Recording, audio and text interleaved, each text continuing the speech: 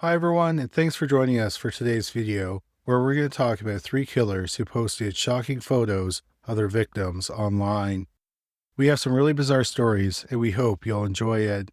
But first, I want to talk about something that I'm really excited about. I'm going to be honest with you. I'm so scatterbrained and love procrastinating. It's a miracle I've been running a YouTube channel for nearly 9 years. I really have a hard time focusing and getting into my work. But luckily, I found something that helps me get focused and get to work. This company called Magic Mind reached out to me and they sent me a few shots to try to see if they would work for me, and they said, "Hey, we'll sponsor your video if you like them." And I do, so they're a sponsor. It's a mental performance shot that keeps your mind alert more than your body. They have 3 different kinds of formula, and they are amazing. For 2 days, I drank their formula free, which is the world's first caffeine-free energy shot.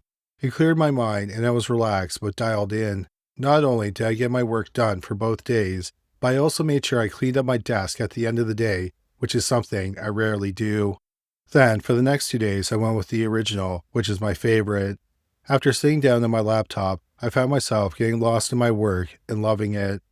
I had it along with my coffee in the morning, and I was locked in for the rest of the day. Then, for the last 2 days, I drank Max because I really needed to get a lot of work done in a limited amount of time. I was amazed at how quickly I finished my work. Also, I spend a lot of time editing scripts and audio because I make a ton of mistakes because I'm so scatterbrained. But when I was drinking Max, I felt sharper and I made fewer mistakes. I recommended Max to my brother because he also has problems focusing. They also have a great limited time deal for our viewers. Scan the QR code or click on the link below to get 60% off your purchase. That's a lot off. You have nothing to lose if you aren't happy with it. They offer a no questions asked 100% money back guarantee. Get a clearer head and work smarter by checking out Magic Mind today. And now, without any further delays, here's today's video. Number 3, Derek Medina. On the surface, 31-year-old Derek Medina and 26-year-old Jennifer Alfonso seem like a typical couple. They lived in South Miami, Florida. Medina was very active on social media. He often posted photos and videos of himself living an active life, including him doing kickboxing training. He was also a self-published author. He had written a series of self-help books with subjects like how to have a healthy marriage. He often posted photos online of him and Jennifer enjoying life. Based on the photos, they look like a happy married couple. Jennifer was the devoted mother of a 10-year-old daughter from a previous relationship. She worked as a server at a Denny's restaurant. While they presented themselves as a happy couple online, in reality, their relationship was rather turbulent. They got married in 2010 after knowing each other for a few months. They divorced in early 2012. But then they remarried months later. One of the couple's biggest problems was that Medina was incredibly jealous and controlling. Sometimes Jennifer would have unexplained bruises, so it was suspected that Medina was also physically abusive. In the summer of 2013, Jennifer told friends and family that she was planning on leaving Medina because of his controlling behavior. At 11:11 a.m., on August 8, 2013, Medina posted a photo of Jennifer's dead body with a caption that reads, quote, "I'm going to prison or death sentence for killing my wife. Love you guys. Miss you guys. Take care, Facebook people. You will see me in the news. My wife was punching me. I'm not going to stand any more with the abuse, so I did what I did. I hope you understand me," unquote. After posting the photo of his dead 26-year-old wife, Medina changed out of his bloody clothes and left the home. Jennifer's 10-year-old daughter was in the home during the murder. Medina left her unharmed and alone in the house with her mother's dead body. Medina went to his father's home and confessed to killing Jennifer. Medina then went to the police station and turned himself in. By this time, the police were already at the crime scene because several neighbors had called the police when they heard screaming and gunshots. Meanwhile, the picture of Jennifer's dead body continued to circulate online. After about 5 hours, Facebook finally took the photo down. According to Medina, that morning he was supposed to wake up Jennifer early so she could watch a movie, but he had overslept and he didn't wake her up. Jennifer was annoyed, so they argued. She threw items like mascara containers and towels at Medina. He said he picked up his handgun and pointed it at her. Medina said that they moved into the kitchen while he left the gun behind in the bedroom. He claimed in the kitchen Jennifer grabbed a large knife and threatened him. However, he was able to get the knife out of her hands. He then went back to his bedroom and retrieved the gun. He returned to the kitchen with the gun, and Jennifer started punching him. Medina said that in self-defense, he opened fire and unloaded his clip. Jennifer had been shot 8 times. Medina was charged with murder. 31-year-old Derek Medina went to trial in November 2015. It became known as the Facebook murder trial. Medina maintained that he was a battered spouse and he only acted in self-defense. The prosecution said that the physical evidence and logic didn't support Medina's version of events. Forensic experts testified that all 8 shots Medina fired were aimed downward at Jennifer. This indicates that she was either kneeling or cowering when she was shot. Another major problem with the claim of self-defense was the disparity in size and strength between the two. Derek Medina was 6 feet tall and weighed roughly 200 pounds, and he had kickboxing training, while Jennifer was 5'6" and of a much smaller build. He could have easily restrained her or escaped. After all, he had already disarmed her of the knife and left the kitchen. If he felt he was in danger, why didn't he leave the home after that? Instead, he went upstairs, retrieved his gun, and returned to the kitchen where he claimed she punched him. The prosecution pointed out that it didn't make sense he was able to disarm her when she had a weapon without harming her, but that he shot her when she was unarmed. Jennifer was probably terrified when she saw the gun. She probably instinctively cowered or got on her knees to beg for her life. This explains why the bullets were fired at a downward angle. Jennifer's friends and family also testified about the couple's troubled relationship and Medina's controlling behavior and the unexplained bruises. They also testified that when Jennifer was killed, she was planning to leave Medina because she was tired of the abuse and his intimidation. Her friends and family also testified that Medina had threatened to kill her if she ever left him. Finally, there was the fact that Medina posted the photo of her dead body on Facebook. This is how several of Medina's friends and family discovered she was dead. It was also incredibly disrespectful because by making the photo public online, it was shared many times on social media. Posting the picture on Facebook was not the actions of a person who was acting in self-defense. Instead, it was a jealous husband who executed his wife because he found out, figured out, or Jennifer told him that she was leaving him. The trial lasted 2 weeks, and then the jury deliberated for about 6 hours. Medina was found guilty of second-degree murder. He was sentenced to life in prison. 43-year-old Derek Medina is currently incarcerated at the Charlotte Correctional Institution in Punta Gorda, Florida. Number 2. Alvin, Manliclic. Quezon City is a city of 2.9 million people in the Philippines. It was home to the Manliclic family. Alvin Manliclic and his wife, Catherine, had a 7-year-old daughter, Angel Kathleen. Mark was 31 years old and unemployed. In March 2014, to support the family, Catherine, who went by Kathy, took a job as a butcher on the other side of the Pacific Ocean in Canada. She left Mark and Angel back in Quezon City.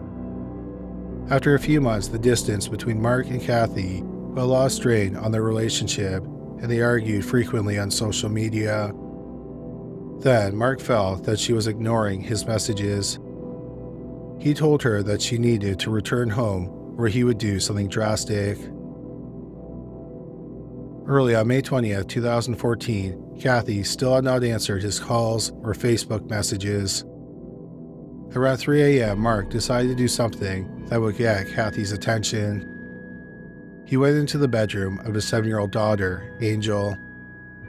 Using a kitchen knife, he slit her throat and stabbed her repeatedly in the face, neck, and torso. He then took a photo of the body and uploaded it to Facebook. He made the photo of his dead 7-year-old daughter his profile picture. He also sent the photo to his wife in Messenger. Finally, he sent the picture in Messenger to his mother, who was working in the USA. He also confessed to the murder in the chat with his mother. Family members saw the picture and they rushed to the home to see if Angel was really dead. When they saw that the photo was real, they summoned the police and Mark was arrested. The photo was taken down by Facebook hours later. While in custody, when being recorded on camera, Mark was shown photos of the dead body. He screamed and cried. Initially, Mark confessed to the murder, but later said he didn't remember the act. He was drunk at the time of the murder. Mark was charged with parricide, which is a Filipino legal term for killing a family member. No media reports were found as to what happened to Mark Manliclic after he was arrested. His current status and whereabouts are unknown. Number 1. Brandon Clark. In July 2019, Bianca Michelle Devins was 17 years old. She lived in Utica, New York, and had just graduated from high school. She was going to attend community college in the autumn. Like many in her generation, Bianca had an active online presence. In the spring of 2018, Bianca met 21-year-old rideshare driver Brandon Andrew Clark on Instagram. What began as an online friendship grew into an in-person relationship. Clark met Bianca's family and spent time at her family's home. Bianca's mother thought he was a polite and nice young man. Clark and Bianca had a physical relationship. However, Bianca didn't consider Clark to be her boyfriend, and she made clear that they were not in an exclusive relationship. She only wanted to be friends. Unfortunately, Clark had become obsessed with Bianca. Clark often kept tabs on Bianca online. Despite his outward demeanor, Clark was a troubled young man. He came from a violent household. One time, he witnessed his father hold his mother at knife point for hours. On July 13, 2018, Canadian singer-songwriter Nicole Dollanganger was performing at a club in Manhattan, New York. Bianca was a fan of the artist, so she and Clark arranged to go to the show together. At the concert, Bianca met up with another male friend. During the show, Clark saw Bianca and her friend kiss. He then became incredibly upset. He believed that Bianca had betrayed him. Early on the morning of July 14th, Bianca and Clark started their 4-hour drive back to Utica. Clark confronted Bianca about the kiss as he drove, accusing her of using him and leading him on. Bianca, surprised by the outburst, reiterated what she had told him before. They were not a couple, and she valued him only as a friend. They argued for a while, and then Bianca fell asleep in the back seat of the SUV. A short distance from Bianca's home, Clark pulled onto a dead-end street. Clark had a long knife under his seat. He grabbed it and then used it to cut Bianca's throat as she slept. It was a prolonged attack because cutting someone's throat is more difficult than it appears in movies or television shows. Clark purposely had his dashboard camera running and it recorded the murder. He then dragged Bianca's body out of his SUV and placed it on a tarp. Clark had a can of spray paint in his SUV. On the pavement next to Bianca's body, he wrote, quote, "May you never forget me," unquote. It was a quote from the Japanese manga Goodnight Pun Pun. As Clark was staging the body, he played the song Test Drive by Japanese-Australian singer-songwriter Joji. Test Drive is a melancholic song about a failing relationship. Clark also took graphic photos of Bianca's body. Around 6 a.m., he posted a gory photo of Bianca's body to his Discord server with the message, quote, "You're gonna have to find somebody else to orbit," unquote. This was referring to the fact that some men followed Bianca online because she was physically attractive. They would never have a meaningful relationship with Bianca, but since they followed her online, they were considered in her orbit. Some of Clark and Bianca's online friends saw the photos and initially believed they were fake. Then Clark uploaded some more grotesque photos of the body to Instagram. One caption read, quote, "I'm sorry, Bianca," unquote. Clark changed his Instagram bio to his birthday and the current date. He also wrote, quote, "Just know that I feel no pain now," unquote. Several people who saw the photo realized they were real and called the police. After posting the photos, Clark called several family members and told them he had killed Bianca. They also called 911. Then, around 7:20 a.m., Clark called 911 as well. He calmly identified himself and admitted to killing Bianca.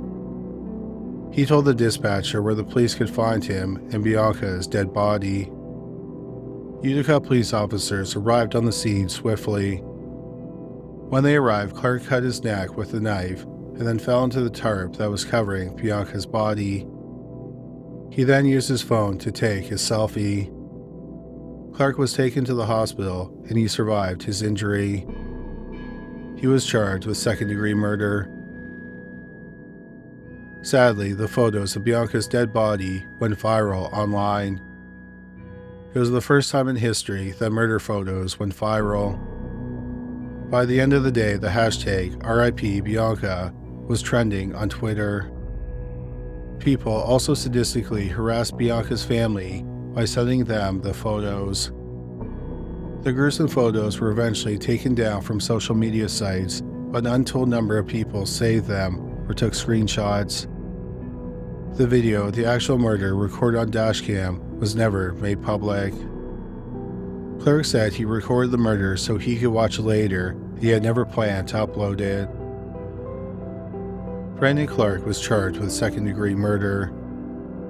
Initially, Brandon Clark pleaded not guilty.